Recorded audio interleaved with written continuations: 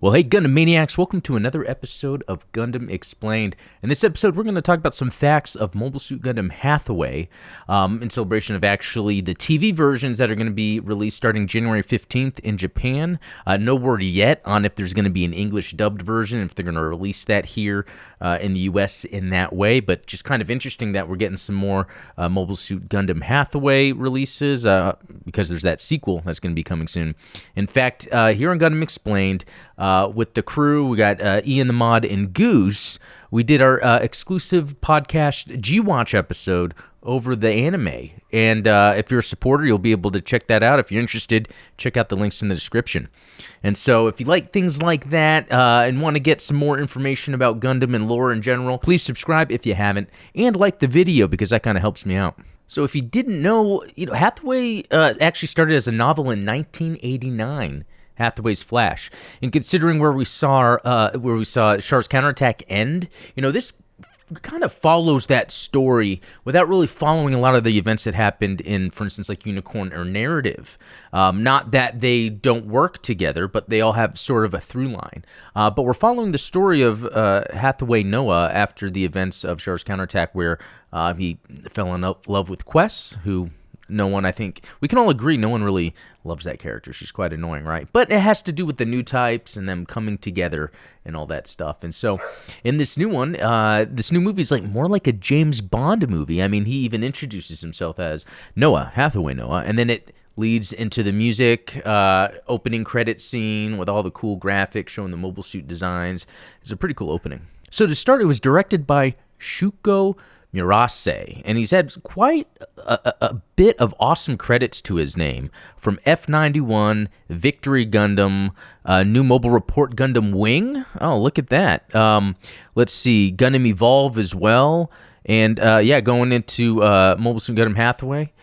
So pretty cool the credits that guy has. So I think down here, the movie was directed by Shuko Murase, who had previously served as a key animator for various Gundam works, beginning with Mobile Suit Gundam F91, which that's a great Gundam film, awesome animation there, and character designer for Mobile Suit Gundam Wing, Endless Waltz. Now, character designer, in what way? And is it really all the characters? I'm not too big on Wing. It has its stuff, but yeah, I'm not too big on Wing. Also interesting about Hathaway is that it originally was supposed to come out July of 2020. That's quite a while ago. But, due to COVID and everything, it got delayed, came out in 2021. And, to be honest, I don't know if the delay kind of helped this next part happen, but then we got that English dub on Netflix shortly after the release in Japan, which I wish we saw the same thing with Kukuru's Doan's Island, and we didn't. So I'm really curious about that, because maybe not here in the West, but over in Japan, this movie did numbers. In fact, it broke records that were set by Char's counterattack. All right, so the thing about Gundam is the mobile suits. So real quick, so the main good guy, if you want to say, Earth Federation suit here is the Penelope RX-104FF, FF meaning fixed flight. So while this is like an amazing Anaheim Electronics developed mobile suit, their next iteration of the Gundam, 104 is actually denoting when it was built, so 104. And the thing about it is it's gigantic, right? These Gundams started getting bigger. We even saw the new Gundam, that was pretty big. And then even in Unicorn, we're getting these bigger Gundams. And then, finally we get to 105. You see 105 where they show off the Penelope and its fixed flight unit. And so it's gigantic. The Kasai Gundam, on the other hand, wasn't as big, but this was actually the RX-105. So, again, Anaheim Electronics, yet they were made for completely different factions. In fact, it's kind of crazy to think how Anaheim, developing weapons for Earth Federation, was actually also developing weapons for a terrorist organization. That is not unlike the way weapons are made and sold in today's climate. So you can kind of see how they're really doing a good job of sort of kind of taking that real world approach, applying it into the story, especially something that was written back in 1989. Now, you can see with the Kasai Gundam, it doesn't have the fixed flight unit. It doesn't have all the attachments and everything, because I guess maybe by this time they were able to really narrow down the scope of all of the extras something needed, and were able to contain the power within its design. And really, the designs between the novel and the anime are slightly different, not too big, but just enough. In fact, you can click on this Hathaway's Flash to kind of get a look at the design here, and you can kind of see that it looks a little different. Not too much. It still has kind of that angular, more Zeta approach, but not by much. So another Earth Federation suit here, and this is one I love the look of. It's a Gustav Karl, FD0300, Gustav Karl Type 00. One, I like that it's like a chunky GM. Okay, GMs are awesome in the first place. This has that chunky look to it, but it also has kind of that Zaku look to it because of where the shield is situated. Now, we started seeing that with the Justas as well, and that were developed a little bit before this. They started having those attached shields that can move around. But you got to understand, by this time with Anaheim Electronics, I mean, they have so many different engineers that were formerly Zeonic, and then you have those mobile suit lines that we see, even when we're going to get into some other suits here shortly that take some inspiration from, like, the Sazabi, stuff from the sleeves. But what's interesting is the original look of the Gustav Karl in Hathaway's Flash. This kind of had more of a Kasai Gundam look, and more of that Zeta look, angular, less GM-like. It even looked like it had a V-fin. So what's interesting about this is the Kasai Gundam, even though developed by Anaheim Electronics, was for MAFTI, the terrorist organization, whereas the Penelope was for the Earth Federation. But the Gustav Karl is also the Earth Federation, so I think, in my opinion, the updated look in the anime, I think, lends better to that world building of what type of mobile suit was developed for what faction.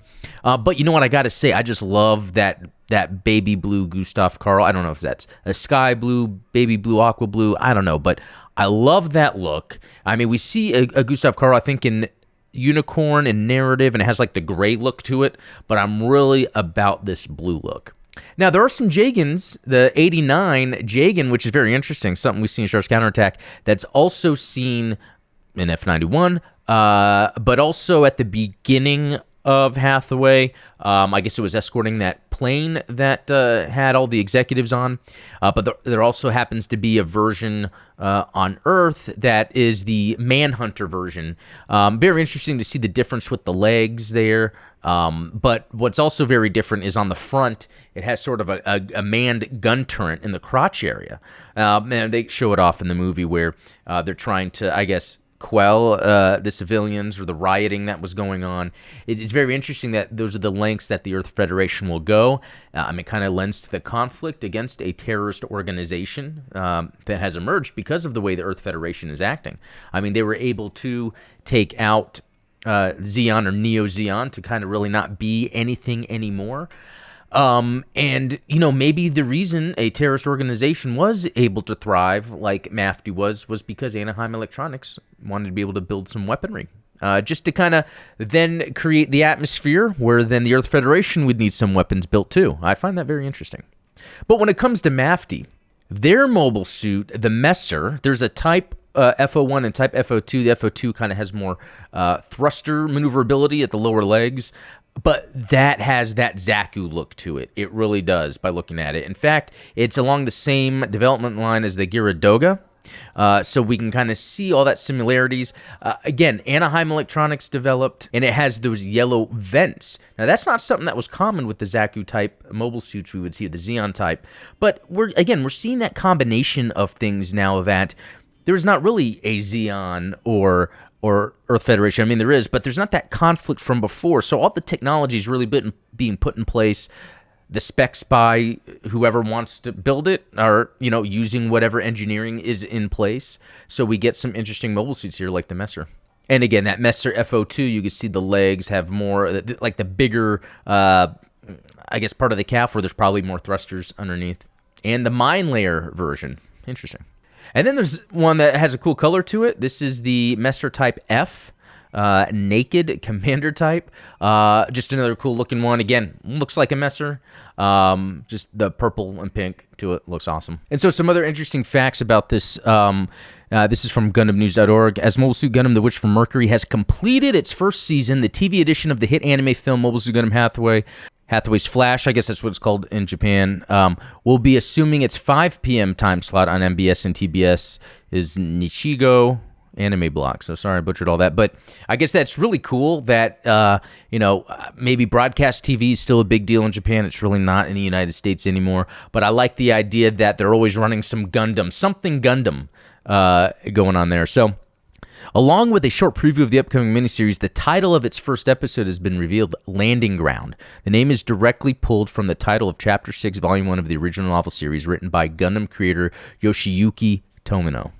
And so, yeah, this is part of that Gundam Next Future I talked about, where Sunrise Bandai, whoever, is looking ahead 100 years in Gundam to fill in some gaps, and it's really cool that they're doing it with Hathaway. So they've got the Mobile Suit Gundam Hathaway Flash TV edition. That's 4 episodes, January 15th, January 22nd, 29th, and February 5th. And then after that, it's going to be filled in with Thunderbolt. So that's February 12th, 19th, and 26th. And then there's going to be the narrative TV edition. That's 5th, 12th, 19th, and 26th. I'm very interested in seeing what the narrative TV edition is, because the movie, while I like it because of what it's speaking on, it has kind of a slow pace to it, and maybe they can move things around with that because there's a lot of flashbacks here and there. But then that goes back into Mobile Suit Gundam: The Witch from Mercury Season 2, April 2023. So I think it's really cool what they did here was using The Witch from Mercury to bring in new Gundam fans, and then before that second series premieres, second season, having some awesome Gundam to watch in between to kind of get more exposure for Gundam. I think it's really cool. And so for some more, Mobile Suit Gundam Hathaway, there's the second one that's in production right now that should be out, I don't know when, hopefully later this year. That would be really cool, wouldn't it? But what they've already announced with it is there's going to be a lot more action, a lot more mobile suit battles, which is great. Some people do complain that the first movie was a little bit slow, and there wasn't that much mobile suit battles, but it really did a good idea of building out the characters. I think that's going to make the second movie very rewarding because we kind of understand a lot of what the characters are going through. So then we're going to see them in battles, seeing the stakes raised for everything. But also, if you play SD Gundam Battle Alliance, there is a DLC pack that actually includes the Penelope, the Kasai Gundam, which is pretty fun. I think there's even a mission where you have to fight the Kasai Gundam. That's pretty cool, and you can unlock both mobile suits. But also it'd be cool, Mobile Suit Gundam Battle Operation 2, which is free-to-play on PlayStation, about to be free-to-play on Steam. It has done a good job since its release like 4 years ago now, or maybe a little more than 3, of in sequence releasing mobile suits, because even right now they've been releasing I have a video recently of the Phoenix that they just released because they went through the unicorn suits. I would only then think that next they would release something like the Kasai or the Penelope. I would just think they would have to be like 750 cost or even 800 cost, but then this is kind of in line with the show coming out. So and the PC version potentially being released, even though it got delayed. But it would be really neat if we got those suits in Battle Operation 2. Anyway, but that's about it, going through some brief facts of Mobile Suit Gundam Hathaway, mainly being the mobile suits, which is my favorite part of it. Let me know what you think. What are some of your favorite mobile suits, and what is your favorite parts of Hathaway, or maybe some parts you didn't like? And if you really want to get a deep dive into a discussion through Gundam Explained, if you join as a supporter, either through Patreon or YouTube, you actually get access to the exclusive G-Watch podcast, which our latest episode was on Hathaway with our very own mod, Ian and Goose. I'm sorry, I was laughing about last night's movie night about the turret thing. I feel like you can't really call Hathaway technically a terrorist. I know he's put down as one. Yeah. And what his actions are very gray. But then when you look at the Federation and what they're doing, they're just as equally bad, where they're shipping people off because they're like, oh, you're unworthy, get off the planet. Yeah. And that's kind of basically they're saying you're undesirable, get the hell out of here. Almost mirroring some issues that go around in the world today. Yeah. Where Yeah, class-based. Yeah, and you see him fighting against that, and it's like you see him as the hero. Then you see the government that's trying to protect people that think that they're doing right, but they're not. So it's like both sides are gray. So I know everybody's going to root for Hathaway because the story revolves around him, and you want him to succeed. But at the same time, a lot of the actions that he's doing is putting more than. Let me phrase that. He's doing more harm than good in certain aspects. I know we're about to get into the story here in a minute. Yeah, because there was the taxi ride where he was the taxi driver. Hathaway was talking about making change, that can affect the future. And then this guy was just talking about living day to day, trying to survive.